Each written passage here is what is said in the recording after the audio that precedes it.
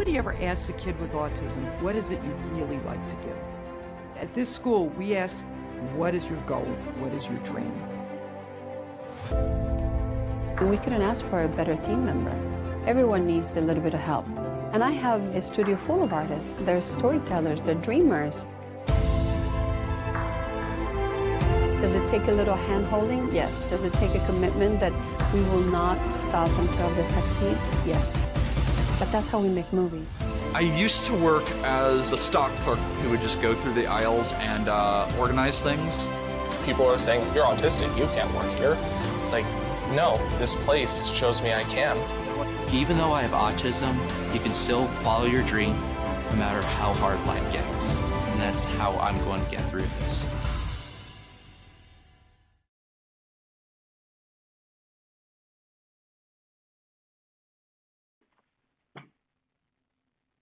Hi. Hi. Hi, guys. Hello. Thank you so much for joining us at 24 Hours of Chaos. I'm sitting with two amazing people from Exceptional Minds. It's Isaiah Strum and David. You're gonna have to help me with this one. Wolgemuth. Wolgemuth? Yes. Oh, Wolgemuth. That is a great. If I was playing Dungeons and Dragons still, I would have a character named Wolgemuth. Yeah, it sounds like a Harry Potter villain. In a Oh way. yeah, no, I think I would be probably chaotic neutral if I were to play Wolgemuth as a character. Anyway, this is not about Dungeons and Dragons. This is about Exceptional Minds.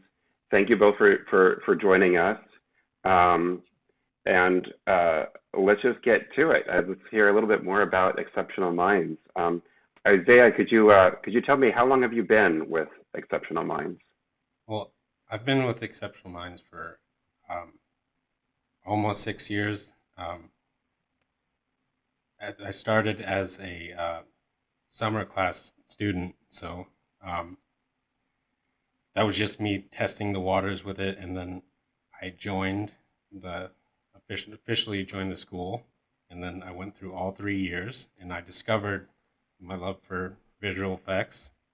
Whereas I originally came here because I liked animation, but I found out that I'm good at and like to do visual effects.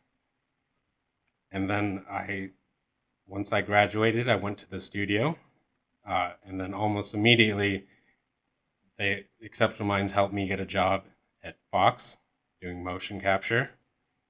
And then from there, I went to Sony, and then between those, I came back here, and then now I'm working here full time. That's great. And David, what brought you to Exceptional Minds? Well, I have a connection to Exceptional Minds from way back in the industry. I was working with a supervisor who his son was part of Exceptional Minds, and through the different years of connecting and working on the same shows, I just saw the availability came up, and I put my name in the hat, and sure enough, I came on board and been happy since I came on. So. And how long have you been with? I've been here for about 6 months now. It's okay. Just after the whole COVID switcheroo stuff that happened. I came on board, and I've been leading the team here. Is most of Exceptional Minds online? Is there in-person stuff going on and virtual at the moment, or is there always kind of a mix? It's right now. It's a mix. They did the summer sessions online. All of our artists, as far as the studio wise, we are in person. We are working in the studio and just plugging away at the different TV shows that we're working on right now currently. And I know you can't tell me about a lot of these things that you're working on, huh? Mm-hmm. Yeah. Yeah, they're not out yet, so we can't mention too much. So That's okay. After we stop recording, I'm going to see if I can get it out of you, but I know I'm not going to be able to. Isaiah, what do you like most about working in visual effects? Well, I really enjoy that it's like kind of a logical process to an artistic talent. So I gotta be artistic, and it goes with my way of thinking. Like being on the autism spectrum, me personally, I think very rationally and logically, and so it's visual effects is all about like a definite with a little bit of artistic. So it's enjoyable, and I also get to see my works in big movies, so that helps. Yeah, that must be really rewarding. What was the first movie that you saw that you had a credit in? Oh, I think the first one that I had an actual credit in, or my name was in the credits, was uh, Captain Marvel. So Really? yeah, That's a good one. I How did also you have. feel? That's kind of exciting. I was ecstatic. I was like, oh my god, I actually have my name in credits. I I didn't at the time. I really I didn't have a huge. I mean, outwardly, I didn't have a huge reaction because I was just so stunned that I was able to even work on it. So it was great. Yeah, I can only imagine. What about you, David? For What me, got you interested? what got me interested was it wasn't so much a movie; it was more about the making of. And it was way back when I was 8 years old, sitting on my grandmother's floor, was watching the making of Indiana Jones and the Temple of Doom, and John Knoll was on screen talking about how they did the roller coaster scene, and how he was going taking a ride at Disney World and or Land, and did all that stuff, and it just captured my imagination, and I was like, wow, this is something I really wanted to do. And then when I saw Jurassic Park, I knew I wanted to get into the 3D side of things, and so that's really how I got my start. Like really young, I just knew I wanted to work in the film, and go from there. I can only imagine how many people started because of a John Knoll, presentation or association. I have to say though, the tearing the reaching in and getting the heart thing in Temple of Hmm. Doom, like that for me at the time was not a positive experience. Okay. That scared that scared me quite a bit. That was very dark. That was a dark part It of the was film. but like I don't know, like things about that. I was always an Indiana Jones fan, and then seeing that, and then seeing how it was made was just phenomenal. So Uh, I for think me, it's like the 40th anniversary of Raiders of the Lost Ark. I'm sorry, what did I say? yeah, no, I think that's this Friday or something, yeah. something like that.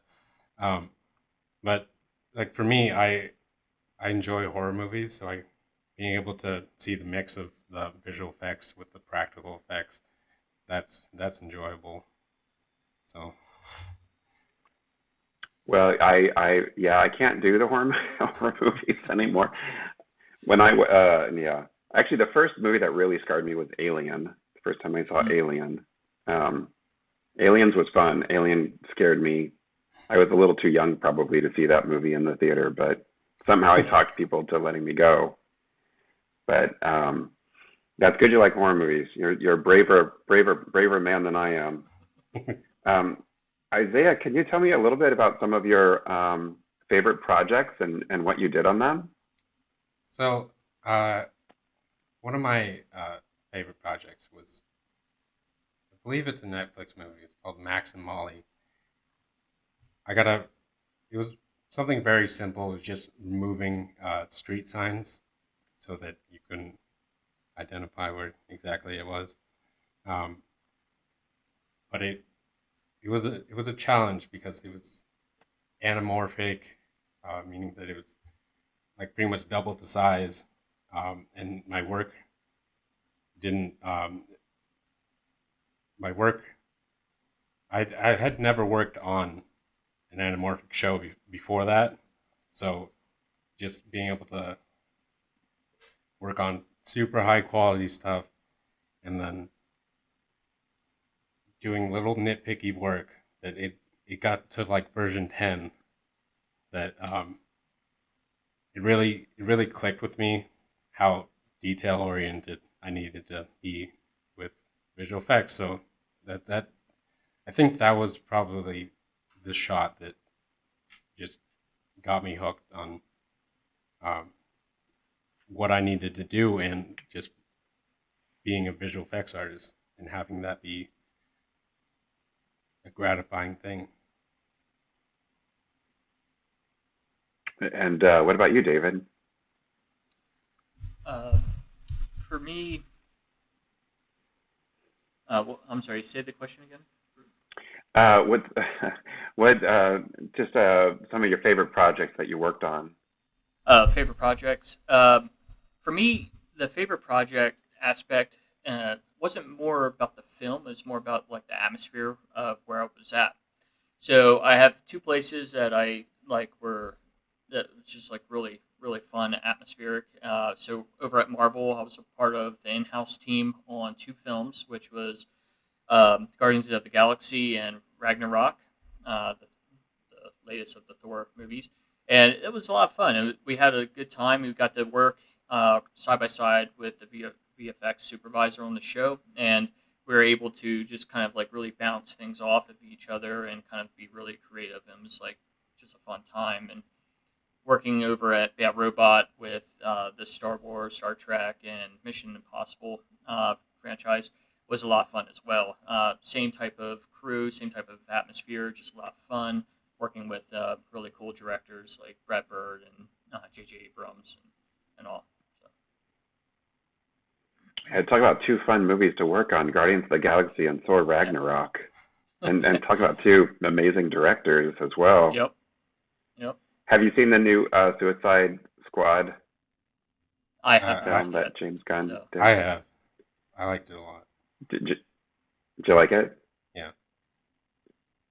That looks like it's got a little some dark parts to it. Yeah. Yeah. What and then what sort of projects are you looking forward to that you'd like to work on in the future? I will start with Isaiah again. So, I'd really like to work on some more Star Wars stuff. I did a couple of shots for the 8 Star Wars. Star Wars. They all blend together with the story, and but that was a lot of fun to work on, and being able to tell people I worked on a Star Wars movie is pretty fantastic. So I would love to watch more and I would love to work more Star Wars stuff. Yeah. What if they came to you with Star Trek though? Would you be disappointed? Would you be like, I'd rather do Star Wars? No, I like Star Trek too. It's a different. I get a different enjoyment from either. Yeah. I understand. And how about you, David?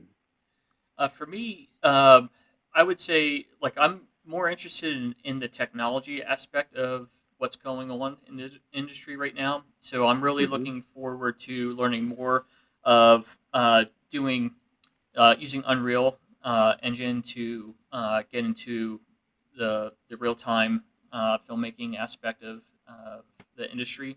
So doing the volume stage setups, I really want to get exceptional minds into that realm because that's the wave of the future, and that's where I really want to kind of like focus in on and try to bring that technology and EM together and really kind of get us working together and getting us involved in that part of the industry. I think it's a crucial part that's going on in the industry. It's a very cool movement. What they're doing on the Mandalorian series is phenomenal. So I really think that they have proven that the technology, and I think it's something that we really want to go towards here. You haven't, yeah. So you're really interested in the tech side of things. Yeah, yeah. I always love one of the things I love, and I'm sure I don't know if you agree with me or not, Isaiah. Is just the mixture of artistry and technology is always so fascinating, and it's always so changing though. So you always have to what you did last year, you're going to do differently next year Yeah. probably. Maybe it'll be easier, but then you also have to like unlearn what you did before. Yeah. You know what I mean? That's It's an interesting changing landscape. Definitely. So my son is on the spectrum, and he's right at this age now where he is getting into Marvel and Star Wars, and I'm really hoping he gets into Spider-Man personally because I was a big Spider-Man kid. And I just think it's just so cool and so amazing that we have this amazing example with Exceptional Minds and the students there and the people that work there, working in such an exciting industry.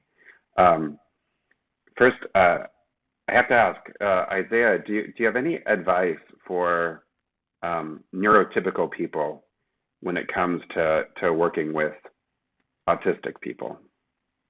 Yeah, I have two things. One be having patience, being able to understand that being on the spectrum can mean that you process things differently, and maybe at a different speed or just in a completely different way. So being able to be patient and explain things, hopefully in a way that that individual can understand, because everyone's different. And the other thing is being able to really understand each individual person, being their strong suits. Like, I like paint. Like, I can do paint work and visual effects. One of my coworkers is better at roto than I am. Being able to really cling on to those specialties, it's it's a great way to help communicate with people on the autism spectrum as well as work with them. It really is a spectrum, isn't it? It really is. There's just such a range. Somebody once told me that you meet one person who's autistic and you've met one person who is autistic. Yeah. It's just and it's a very diverse group. It's a very diverse. Yeah. What about you, David? As a Your supervisor, position.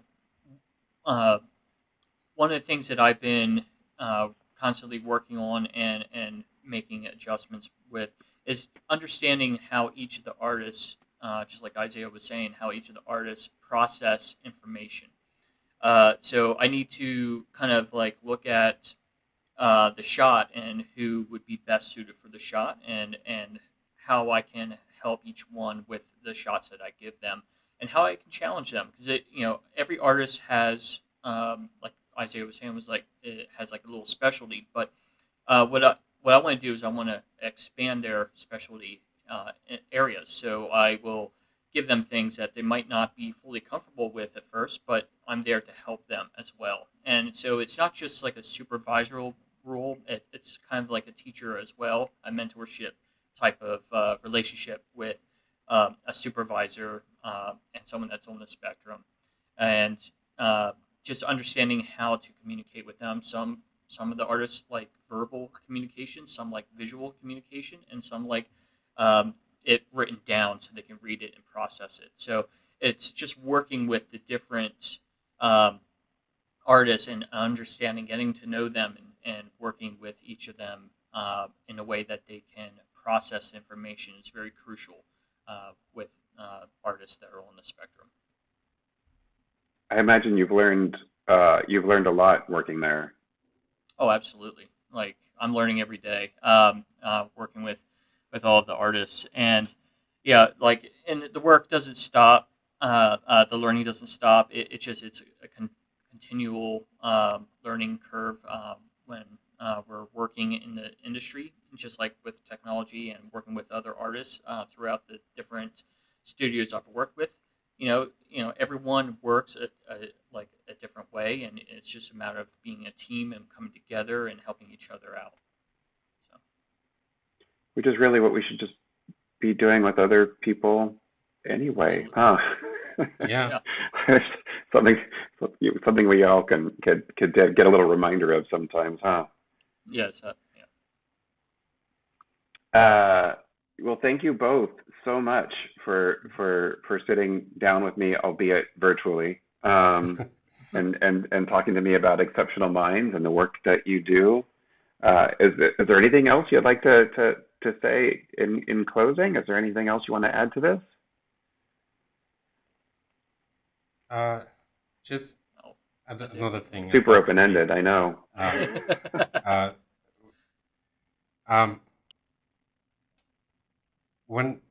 Even if you know someone's on the autism spectrum,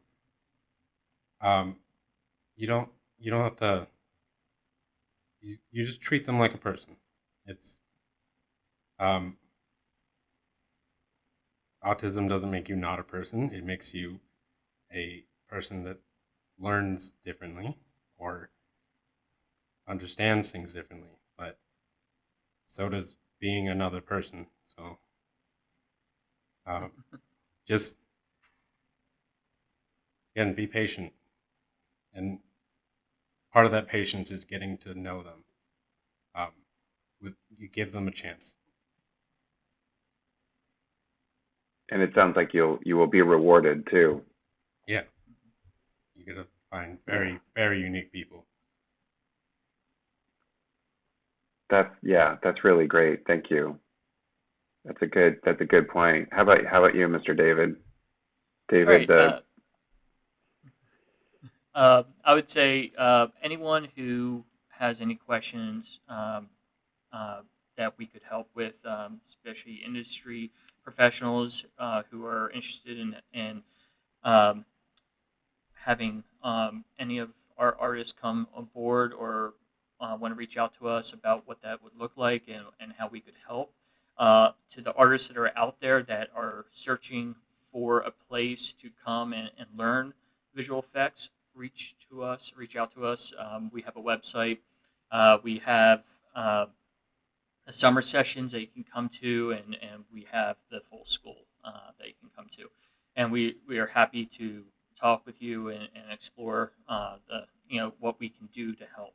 So feel free to reach out to us. We have a great person that you can contact for any needs, and just connect with us, and we're happy to talk to anyone. So great, yes, and we will during the recording, we will during the live stream, we'll definitely talk about where they can contact you, the website, and everything. So yeah, we're all good. Thank you both so much.